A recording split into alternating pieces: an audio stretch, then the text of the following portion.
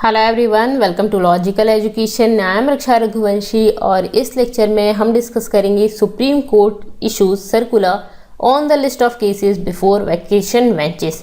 Vacation bench क्या होती है? वेकेशन बेंच समर वेकेशन पर होता है सुप्रीम कोर्ट, और उसी टाइम पर वर्क करने के लिए वेकेशन बेंच बनाई जाती हैं। इनके लिए ये किस तरह के केसेस को डिस्कस करेंगे, कौन कौन से इंपॉर्टेंट केसेस हैं इसमें, इसके लिए सुप्रीम कोर्ट ने सर्कुलर निकाला है, उसके बारे में इस लेक्चर में हम डिस्कस करेंगे। अब वेकेशन बेंच क्या होती हैं, इनका ओरिजिन कहाँ से हुआ, क्यों इम्पॉर्टेंट है, किस तरह के केसेस ये देखती हैं, और इसके बाद 230th लॉ कमीशन क्या है, इसकी रिपोर्ट जो 230th law commission in India, इसकी रिपोर्ट क्या थी, इसके बारे में डिस्कस करेंगे। तो चलिए स्टार्ट करते हैं।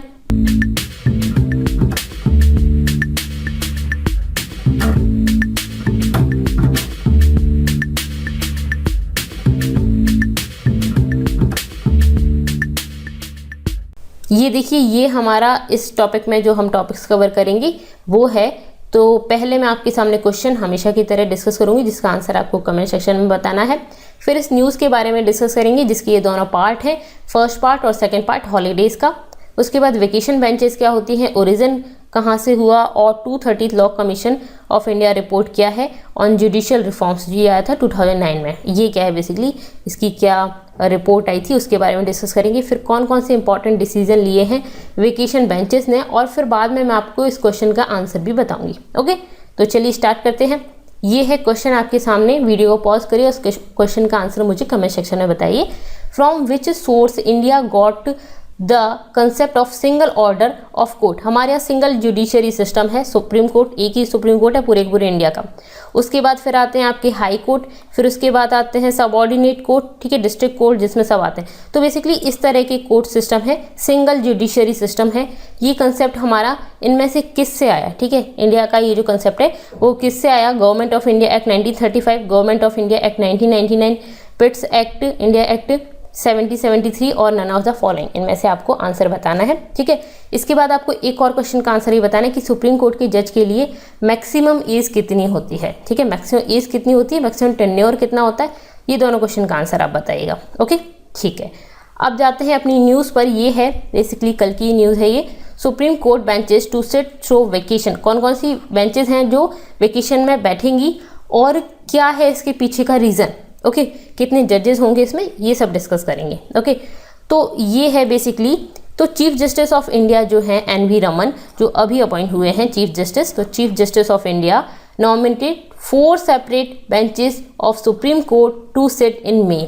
यहाँ पे during first part of the summer holidays. Basically होता क्या है, हर साल सुप्रीम कोर्ट और बाकी सब कोर्ट्स, सारे के सारे कोर्ट हॉलीडेज पर जाते हैं समर्स में, ठीक है।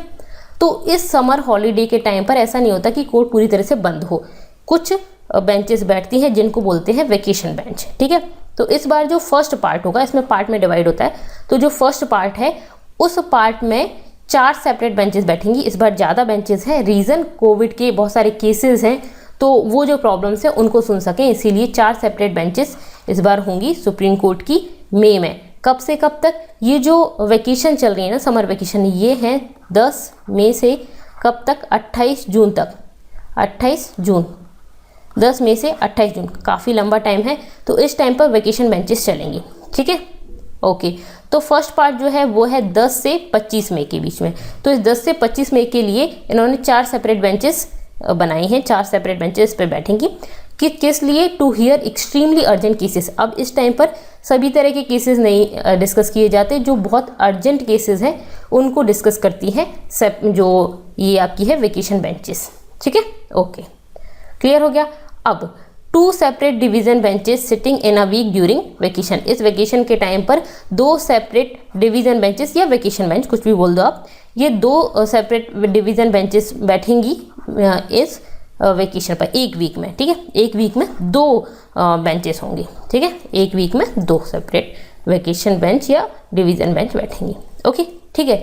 The benches would assemble twice every week on Tuesday और थर्सडे। तो एक वीक में 2 बैठेंगी, और कब कब होंगी? तो हर वीक में 2 बार, तो एक तो ट्यूसडे को और एक फ्राइडे को, मतलब कि डेली कोर्ट ओपन नहीं होगा।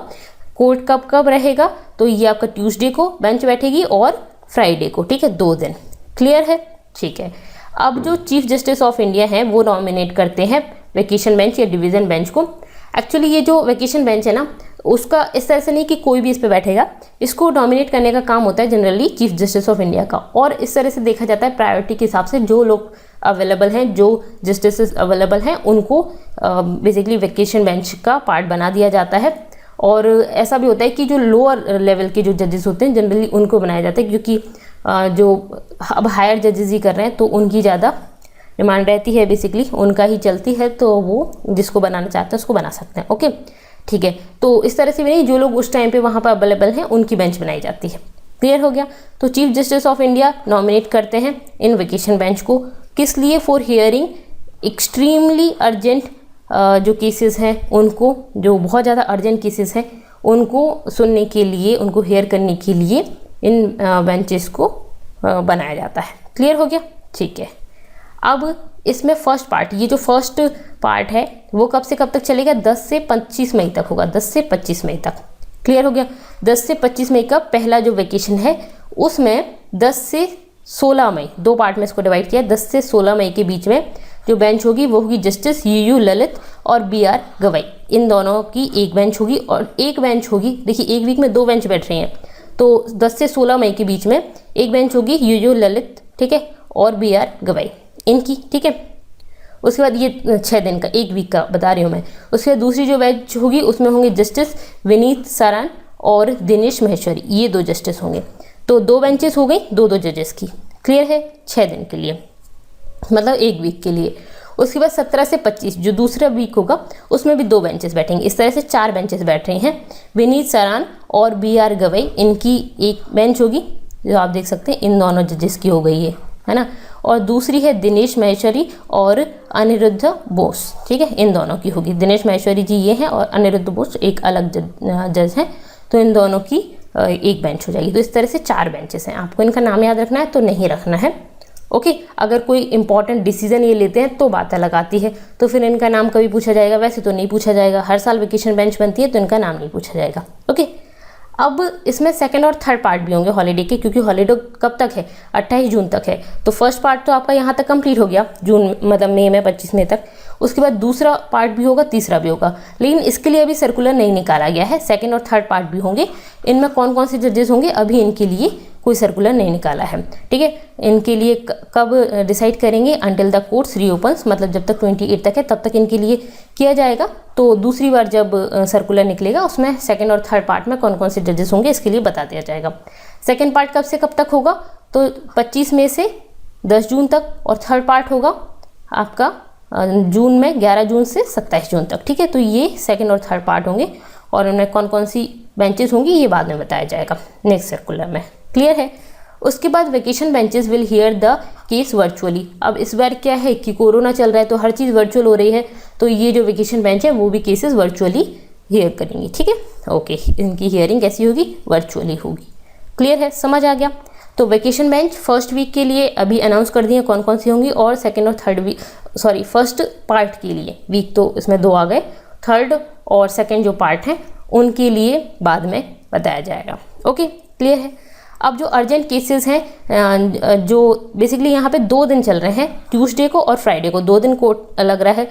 तो ट्यूसडे को जिनको सुना जाएगा वो थर्सडे तक जो केसेस आ जाएंगे, मतलब उसे पहले ना बताना होता है कि हमें हियरिंग करानी है, ये इंपॉर्टेंट केस है, इसके बारे में बताना होगा कि भाई इंपॉर्टेंट, यहाँ पे कैसे एक्सट्रीमली अर्जेंट केसेस ही हैं, जैसे कि कोरोना मैनेजमेंट से रिलेटेड, ह्यूमन राइट्स से रिलेटेड केसेस पर इंक्लूड किए गए हैं कि ह्यूमन राइट्स और जो कोरोना मैनेजमेंट से रिलेटेड केसेस होंगे वो यहाँ पे एक्सट्रीमली अर्जेंट केसेस में इंक्लूड होंगे, ठीक है। हर साल भी कुछ केसेस होते हैं लेकिन इस बार इनको भी इंक्लूड किया गया है।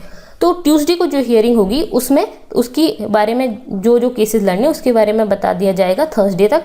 जो जो लिस्ट थर्सडे तक आ जाएंगी उन सभी को ट्यूसडे को सुनेंगे। फिर उसके बाद इसी तरह से मंडे को जो सारे केसेस आ गए उनकी हियरिंग होगी फ्राइडे को, मतलब आज मंडे है तो आज तक आ गए, तो फिर नेक्स्ट जो फ्राइडे आने वाला है उसकी हियरिंग फ्राइडे को होगी, ठीक है। इसी तरह से थर्सडे है तो फिर नेक्स्ट जो ट्यूसडे आने वाला है, थर्सडे बाद फ्राइडे सैटरडे संडे मंडे, फिर ट्यूसडे आएगा ना तब उसकी हियरिंग होगी, ठीक है। तो इस तरह से चलेगा।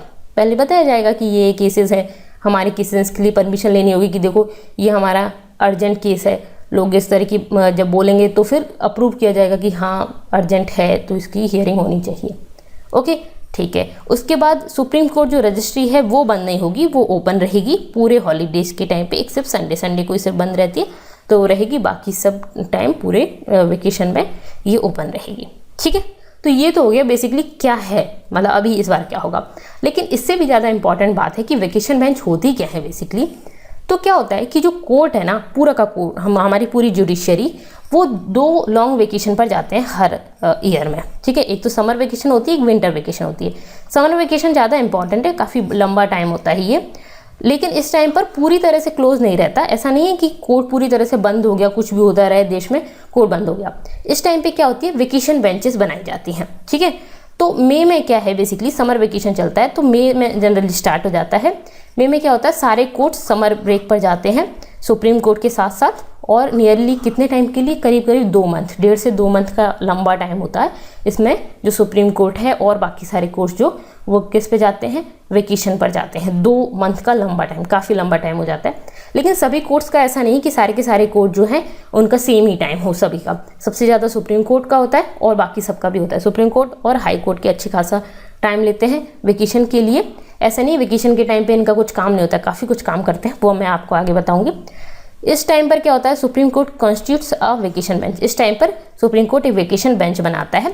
नाम से समझ आ रहा है, वेकेशन के टाइम पर जो बेंच बन रही है उसको वेकेशन बेंच बोलेंगे। ठीक है, तो इस वेकेशन बेंच को कौन बनाता है, तो इसके लिए डिसाइड करता है चीफ जस्टिस ऑफ इंडिया। ठीक है, जो सुप्रीम कोर्ट के लिए जो वेकेशन बेंच होगी उसके कंपोजिशन कौन करेंगे, तो चीफ जस्टिस ऑफ इंडिया करेंगे। ठीक है, ओके।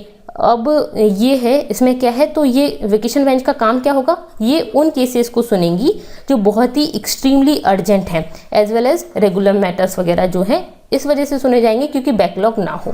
ठीक है, इसीलिए ये केसेस को सुना जाएगा। क्लियर है, ठीक है, समझ आ गया।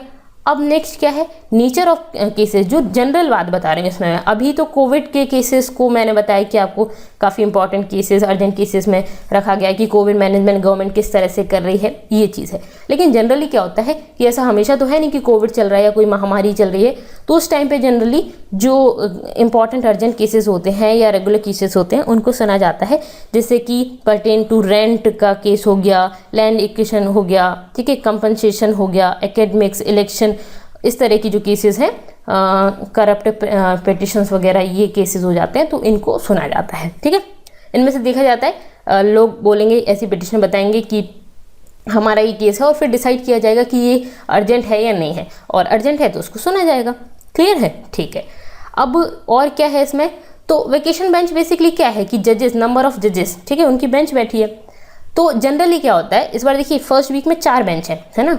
यूजुअली क्या होता है, 6 वेकेशन बेंचेस होती हैं सुप्रीम कोर्ट की समर में, पूरे समर में 6 वेकेशन बेंचेस होती हैं यूजुअली।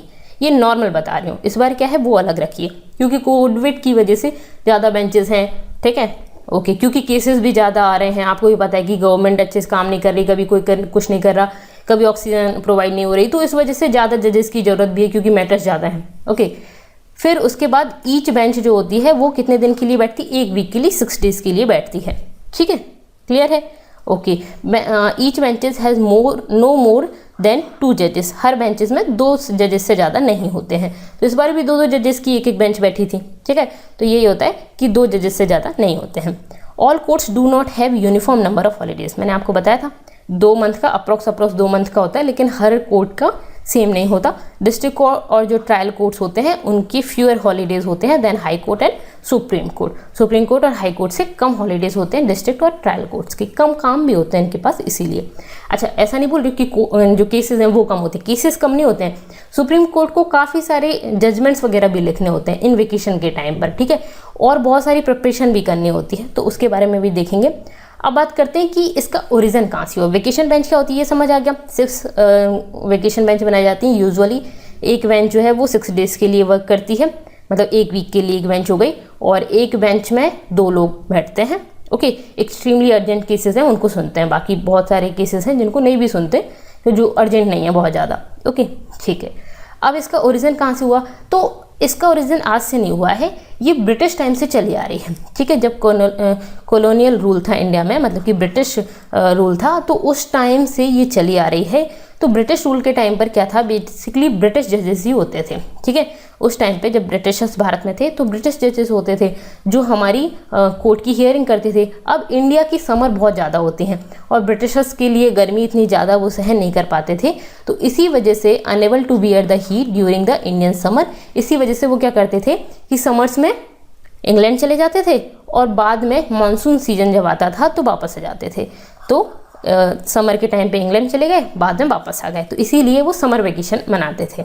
समझ आ गया, यहाँ से स्टार्ट हुई। लेकिन अभी क्या है, जो समर वेकेशंस हैं वो इम्पॉर्टेंट हैं किस लिए, जजेस के लिए, वेलकम ब्रेक फॉर जजेस and necessary for their work. क्यों ज़रूरी है, क्योंकि जजेस के पास बहुत सारा काम होता है, इतने सारे केसेस वो पर डे देखते हैं, उनको बहुत सारे जजमेंट्स भी लिखने हैं, केसेस को स्टडी करना है, तो इसके लिए भी ज़रूरी है कि उनको ब्रेक मिले, ठीक है। तो उनकी वर्क की इफेक्टिवनेस बनी रहे, इसीलिए उनको ब्रेक की ज़रूरत होती है और इसीलिए ये ब्रेक दिया जाता है, ओके। और lawyers spend most working days in court, जो लॉयर्स वगैरह हैं वो काफ़ी सारा टाइम कोर्ट में बिताते हैं। Little time to prepare the cases, उनके पास कम टाइम होता है कि वो केसेस के लिए प्रिपेयर कर सकें, तो इसीलिए ये वैकेशन होती हैं, ठीक है। तो जजेस हियर 80-90 मैटर्स पर डे, अब इतना सारा काम करते हैं, काफ़ी सारा काम होता है, 80 से 90 अप्रोक्स इतने मैटर्स एक दिन में देखते हैं ये, तो इनके पास बिल्कुल भी मतलब काफ़ी हेक्टिक शेड्यूल होता है, तो इनको थोड़ी सी ब्रेक की ज़रूरत होती है, ओके। और प्रिपरेशन के लिए भी ज़रूरत होती है, जजमेंट्स वगैरह के लिए भी ज़रूरत होती है, तो ये वेकेशन बेंच इस टाइम पे जजमेंट वगैरह भी लिखते हैं काफ़ी, क्योंकि बाकी टाइम इतना टाइम ही नहीं मिल पाता, ओके।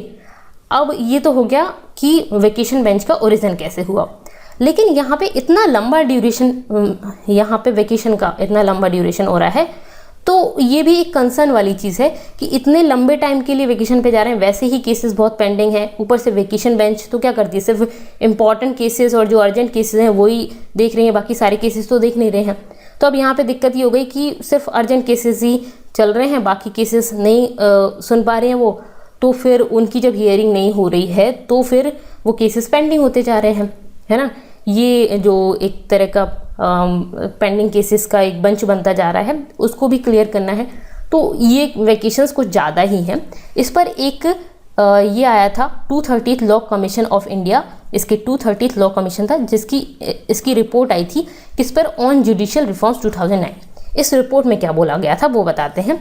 जो लॉन्ग ब्रेक है वो उसको क्वेश्चन किया गया था कि ये जो लॉन्ग ब्रेक है इतना नहीं होना चाहिए। इस रिपोर्ट में क्या बोला गया था कि इससे जो पेंडेंसी बढ़ रही है, जो केसेस हैं उनकी वो एक तरह से बैकलॉग बनता जा रहा है, ठीक है। पेंडेंसी बढ़ती जा रही है, वो एक केसेस का बंच बनता जा रहा है, जिसको क्योंकि वैसे ही जजेस कम हैं, ऊपर से केसेस इतने आ रहे हैं, तो ये पेंडिंग होते जा रहे हैं, ओके। इसके बाद vacation on higher judiciary must be, इसको ना थोड़ा सा कम करनी चाहिए, ठीक है, कर्टेल करना चाहिए, कम करना चाहिए, एटलीस्ट 10 to 15 डेज इसको कम करनी चाहिए। जो 2 मंथ का चल रहा है उसको कम करनी चाहिए। वर्किंग आवर्स जो है उसको थोड़ा सा बढ़ाया जाना चाहिए, 30 मिनट्स बढ़ाया जाना चाहिए, ये रिफॉर्म आया था, ठीक है।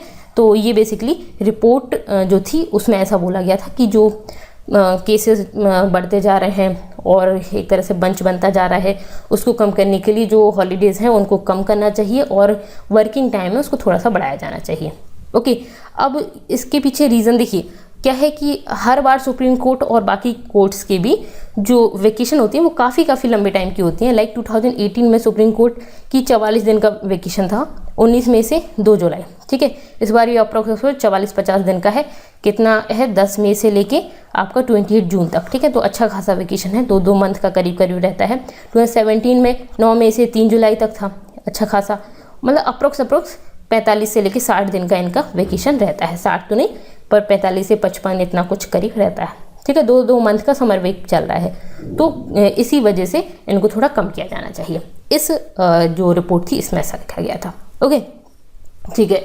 अब बात करते हैं कि क्या important decisions in vacation bench ने लिए हैं। वेकेशन बेंच है तो जजेस ही हैं, जजेस से ही मिलके बन रही है, तो कुछ इंपॉर्टेंट डिसीजन भी लिए गए हैं वेकेशन बेंचेस के द्वारा। ये काफ़ी अच्छे डिसीजंस हैं जिनको मैं यहाँ पे कवर कर रही हूँ, आपको इनके बारे में पता भी होना चाहिए, ठीक है। तो यहाँ तक हमारा ये जो न्यूज़ थी उससे रिलेटेड टॉपिक कंप्लीट हो गया है। अब वेकेशन बेंचेस के कुछ डिसीजन मैं डिस्कस कर रही हूँ। तो अगर आपको वीडियो पसंद आया तो वीडियो को लाइक कर दीजिए और आपने अभी तक चैनल को सब्सक्राइब नहीं किया तो इसको सब्सक्राइब भी कर लीजिए और फ्रेंड्स के साथ शेयर भी कर दीजिएगा। ओके, ठीक है। तो वेकेशन बेंचेस के इंपॉर्टेंट डिसीजन में एक बहुत इंपॉर्टेंट डिसीजन आता है 1975 का, जिसमें क्या हुआ था, ये इंदिरा गांधी से रिलेटेड है, इसके बाद ही लगी थी आपकी इमरजेंसी। ओके, 1975 का एक डिसीजन था जस्टिस जगमोहन लाल सिन्हा, ठीक है, जगमोहन लाल सिन्हा, ये इलाहाबाद हाई कोर्ट के थे। इन्होंने देखा कि जो प्राइम मिनिस्टर हमारी इंदिरा गांधी उस टाइम पे थी, उनका इलेक्टोरल माल प्रैक्टिस के लिए वो गिल्टी पाई गई थी। बेसिकली क्या था, रायबरेली में इनके इलेक्शन थे और उसमें इलेक्टोरल माल प्रैक्टिस की वजह से वो केसेस, वो वहाँ के जो इलेक्शंस थे वो नल कर दिए गए थे, उसको इंक्लूड नहीं किया गया था उस टाइम में। अब जब जहाँ से इंदिरा गांधी लड़ रही हैं उस जगह की इलेक्शंस को ही रद्द कर दिया गया है कुछ माल प्रैक्टिस की वजह से, तो उस जगह के इलेक्शंस मतलब इंक्लूड नहीं किया गया। तो इंदिरा गांधी क्या हुआ, भले ही उस टाइम पर कांग्रेस जीत गई थी, बट स्टिल इंदिरा गांधी फिर उसमें पार्ट नहीं थी, तो इनको गिल्टी पाया गया था। और इस वजह से जिस जगह से, जिस कॉन्स्टिट्यूंसी से लड़ रही थी, उस कॉन्स्टिट्यूंसी को हटा दिया गया था। तो इस वजह से वो क्या हो गया था, डिस्क्वालीफाई हो गई थी फ्रॉम पार्लियामेंट, पार्लियामेंट से डिस्क्वालीफाई हो गई और उनको enabled from holding any elected post for 6 years. उसके बाद वो कोई भी इलेक्टेड पोस्ट नहीं ले सकती थी 6 ईयर के लिए। तो इस तरह का हुआ था उस टाइम पर ये इलाहाबाद हाई कोर्ट में, ठीक है, क्लियर है। तो यूपी का ही था, बेसिकली रायबरेली इनका गढ़ है, तो यहाँ से ये जो इलेक्टोरल माल प्रैक्टिस की वजह से इन्होंने कुछ घपला वगैरह जो भी किया, उसकी वजह से क्या हुआ कि इनको हटा दिया गया कि आप पार्लियामेंट से डिस्क्वालीफाई हो जाते हैं और 6 ईयर के लिए आप कोई इलेक्टेड पोस्ट भी नहीं लड़ सकते हैं। जब आपकी कॉन्स्टिट्यूंसी हट गई तो फिर ये सब बातें भी खत्म हो गई। तो उसके बाद ये जो इंदिरा गांधी जी थी, इन्होंने सुप्रीम कोर्ट में अपील की। इन्होंने बोला तो उस टाइम पे क्या, इन्होंने जब अपील की थी ना, तो वेकेशन बेंच ही वर्क कर रही थी उस टाइम पर, ठीक है। तो सुप्रीम कोर्ट वेकेशन पे था, तो वेकेशन बेंच इन्होंने बनाई, मतलब सुप्रीम कोर्ट से इन्होंने अपील की। उस टाइम पे सुप्रीम कोर्ट वेकेशन पे था, तो वेकेशन बेंच वर्क कर रही थी। तो जो वेकेशन बेंच थी, जिसमें कौन कौन थे, जस्टिस V.R. कृष्णन अय्यर और he granted Indira Gandhi the right to attend parliament. उसके बाद क्या हुआ, ये जो इलाहाबाद हाई कोर्ट का मैटर था, इसके लिए सुप्रीम कोर्ट में अपील की गई और सुप्रीम कोर्ट में थे V.R. कृष्णा अय्यर, ठीक है। इन्होंने क्या किया, इन जस्टिस ने ये बोला कि आप यहाँ पे पार्लियामेंट को तो अटेंड कर सकते हो, पार्लियामेंट में आप बैठ सकते हो, लेकिन आप she could not participate in Lok Sabha, आप लोकसभा में पार्टिसिपेट नहीं कर सकते। मतलब पार्लियामेंट में आप बैठ जाओगे, कोई दिक्कत नहीं है, लेकिन आप लोकसभा में पार्टिसिपेट नहीं कर सकते, मतलब लोकसभा का पार्ट नहीं हो गया आप, ठीक है। और उसके बाद आप कोई वोट नहीं दे सकते एज एन MP, ठीक है। मतलब कि आपको सिर्फ सुन सकते हो, आप जाके पार्लियामेंट में जाके बैठ सकते हो और कोई काम नहीं है आपका। तो अब ये इतना कुछ नहीं कर सकती थी, इसी वजह से आपको इंदिरा गांधी के बारे में पता ही होगा, इन सब मैटर के बारे में पता ही होगा। तो इसी वजह से फिर बाद में जाके इमरजेंसी लगी गई थी, ठीक है, क्योंकि उनको प्राइम मिनिस्टर बनना था कि भाई मुझे तो बनना है, ये क्या होगा, ठीक है। तो बेसिकली ये चीज़ हो गई थी, क्लियर है। तो ये डिसीजन जो था वो वेकेशन बेंच का था। ओके, अब एक और डिसीजन था जो वेकेशन बेंच का था। बेसिकली वेकेशन बेंच ने इसको हियर किया था, इसकी हियरिंग वेकेशन बेंच ने की थी, डिसीजन बाद में दूसरी बेंच ने लिया था। तो क्योंकि इसका जो रिजल्ट आया था वो अगस्त में आया था, ओके, तो तब तक वेकेशन कंप्लीट हो गया था। तो सुप्रीम कोर्ट की एक कॉन्स्टिट्यूशन बेंच ने इसका डिसीजन दिया था, लेकिन इसकी हियरिंग हुई थी वेकेशन बेंच के द्वारा, ठीक है। तो 2017 का केस है ये। अब ये काफ़ी फेमस केस है, ट्रिपल तलाक का, आप सभी जानते होंगे इसके बारे में। इसके लिए कॉन्स्टिट्यूशन बेंच बनी थी, जिसमें कौन थे, chief justice of India JS Kher, ये थे। मैराथन 6 डेज की हियरिंग की थी इसमें ट्रिपल तलाक में, जिसमें क्या हुआ था, बेंच ऑल्सो कंप्राइज जस्टिस। इसमें देखिए जो कॉन्स्टिट्यूशन बेंच होती है इसमें 5 जजेस होते हैं, ठीक है, ओके। तो इस बेंच में एक तो ये थे, बाकी कुरियन जोसेफ, RF नरीमन, UU ललित और S अब्दुल नाजिर, ये 4 जजेस और ये मिलके बेसिकली 5 जजेस हो गए, ठीक है। तो कॉन्स्टिट्यूशन बेंच में 5 जजेस होते हैं, क्लियर है, ओके। तो ये वेकेशन बेंच, उस टाइम पे वेकेशन चल रही थी तो वेकेशन बेंच इसकी हियरिंग कर रही थी। बाद में जो कॉन्स्टिट्यूशन बेंच थी इसमें 5 जजेस थे जिन्होंने इस केस का रिजल्ट सुनाया, ठीक है। तो आपको ये नहीं बताना है कि इसमें हियरिंग जो थी वो वेकेशन बेंच ने की थी, ओके। इसमें जो हियरिंग थी उसमें 7 दलीलें दी गई थी, 7 दलीलें सुनी थी बेसिकली इन जजेस ने। और इसका बाद में हियरिंग हो गई, 6 डे हियरिंग हुई, मैराथन हियरिंग हुई 6 डे ट्रिपल तलाक के ऊपर, सारे तरह की मुद्दे सुने गए। उसके बाद अगस्त में ये जो कॉन्स्टिट्यूशन बेंच है इसने डिक्लेयर किया था द प्रैक्टिस ऑफ ट्रिपल तलाक अनकॉन्स्टिट्यूशनल बाय 3:2 मेजॉरिटी। ये 5 जजेस में से मेजॉरिटी पर डिसीजन होता है, 3 लोगों था कि ट्रिपल तलाक जो है अनकॉन्स्टिट्यूशनल है, और 2 लोगों का था कि हाँ ठीक है, हमें क्या मतलब, जो धर्म का मुद्दा है उसको धर्म का बनाया जाए। बाकी जो 3 जजेस थे उन्होंने बोला कि नहीं, ये अनकॉन्स्टिट्यूशनल है, तो ट्रिपल तलाक नहीं होना चाहिए। ठीक है, तो काफ़ी इंपॉर्टेंट डिसीजन था ये। ओके, इसके अलावा एक और केस भी था जो 2018 में हुआ था। ये भी वेकेशन बेंच ने ही इसका डिसीजन सुनाया था। ये कब हुआ था? जो कर्नाटक असेंबली इलेक्शन हुए थे, कर्नाटक में इलेक्शन हुए, उसमें क्या हुआ था कि इलेक्शन के बाद बीजेपी जो थी वो एक ऐसी पार्टी बनकर उभरी जिसके पास सबसे ज़्यादा वोट्स थे। ठीक है, सिंगल लार्जेस्ट पार्टी बनकर उभरी। लेकिन मेजॉरिटी के लिए, मेजॉरिटी जो चाहिए होती है वो इनने मतलब कोई भी पार्टी के पास मेजॉरिटी नहीं थी। अब सबसे ज़्यादा वोट जो थे वो बीजेपी के पास थे। तो इस टाइम पर क्या होता है, जो कर्नाटक के गवर्नर थे उस टाइम पे, जब सीएम के लिए इलेक्शन चल रहा है लेकिन गवर्नर है उस टाइम पे, तो क्या होता है बेसिकली, जब मेजॉरिटी होती है, मेजॉरिटी नहीं होती किसी पार्टी के पास लेकिन सबसे ज़्यादा वोट होते हैं, तो जनरली जो गवर्नर होते हैं वो बोल देते हैं उस पार्टी से कि आप 15 दिन के अंदर अंदर फ्लोर टेस्ट करो। फ्लोर टेस्ट में क्या होता है, अपनी जो आपकी मेजॉरिटी है वो आपको प्रूव करनी है। अगर आप प्रूव कर पा रहे हो तो ठीक है, इसमें शर्मिंदगी भी होती है अगर प्रूव नहीं कर पाते तो अगर प्रूव कर पा रहे हो तो ठीक है, नहीं तो फिर गवर्नमेंट हम किसी और को देंगे। तो जो जिसके पास सबसे ज़्यादा वोट होते हैं जनरली उनको दिया जाता है। तो 15 डेज़ का टाइम दे दिया गया बीजेपी को, ठीक है, मेजोरिटी प्रूव करने के लिए। इस बीच में क्या हुआ कि कांग्रेस ने पोस्ट पोल अलायंस किया, मतलब कि गठबंधन किया किसके साथ, जनता दल के साथ, सेक्युलर जनता दल के साथ इन्होंने क्या किया, गठबंधन किया। और बाद में ये सुप्रीम कोर्ट चले गए और इन्होंने बोला, जो जस्टिस चीफ जस्टिस थे दीपक मिश्रा, इनसे बोला गया कि हमारे पास मेजॉरिटी है तो जो ये बीजेपी है इसको ये टाइम दिया गया, ये ना दिया जाए। ऑब्वियसली अगर इनके पास इस बीच में इन्होंने मेजॉरिटी बना ली तो इनको दिया जाएगा। तो फिर जो दीपक मिश्रा थे इन्होंने क्या किया, इन्होंने एक वेकेशन बेंच बनाई जिसमें थे A.K. सीकरी और S.A. बोबड़े, ठीक है, ये हमारे चीफ जस्टिस रह चुके हैं, और अशोक भूषण, ये लोग थे। इनकी एक वेकेशन बेंच थी जिसने क्या किया, जिसने जो 15 डेज़ का फ्लोर टेस्ट का जो टाइम दिया गया था ना उसको मना कर दिया, ठीक है। और बीजेपी को बोला कि नेक्स्ट डे ही आप क्या करो, फ्लोर टेस्ट कराओ, आप प्रूव करो कि आपके पास मेजॉरिटी है या नहीं। और बीजेपी इसमें फेल हो गई, वो प्रूव नहीं कर पाई। और बाद में जो कांग्रेस थी उनके पास तो मेजॉरिटी थी तो उन्होंने गवर्नमेंट बना ली, ठीक है। कांग्रेस और जनता दल का जो सेक्युलर जनता दल है, इन दोनों का गठबंधन से मिलकर सरकार बनी कर्नाटक में। समझ आ गया? तो ये वेकेशन बेंच के इंपॉर्टेंट डिसीजन है। कुछ और भी है लेकिन हमने यहाँ पे इंपॉर्टेंट डिसीजन कवर किए, काफ़ी इंपॉर्टेंट थे। ये लेक्चर अब कंप्लीट हो गया है।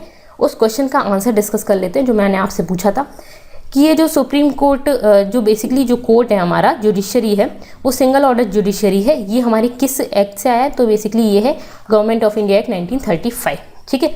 सुप्रीम कोर्ट के जजेस के लिए मैंने मैक्सिमम एज पूछी थी आपसे, ये सब क्वेश्चंस पूछे थे, तो आप मुझे बताइएगा कि एक्चुअली मैक्सिमम एज कुछ होती भी है या नहीं होती है, कितने टाइम का टेन्योर होता है, सुप्रीम कोर्ट के जज बनने के लिए मिनिमम क्वालिफिकेशन कितनी होती है, अभी हमारे चीफ जस्टिस ऑफ इंडिया कौन है, इन सभी क्वेश्चंस के आंसर आपको पता होने चाहिए। और ये जो मैंने आपसे 5-6 क्वेश्चन पूछे इनका आंसर आपको बताना भी है, ठीक है। ओके, ठीक है, यहाँ पे हमारा ये लेक्चर कंप्लीट हो गया। आपको कैसा लगा मुझे बताइएगा, और पसंद आया तो लाइक कर दीजिए, सब्सक्राइब कर लीजिए चैनल को अगर नहीं किया है तो, और don't forget to share this video. Okay, thank you so much, thanks for watching.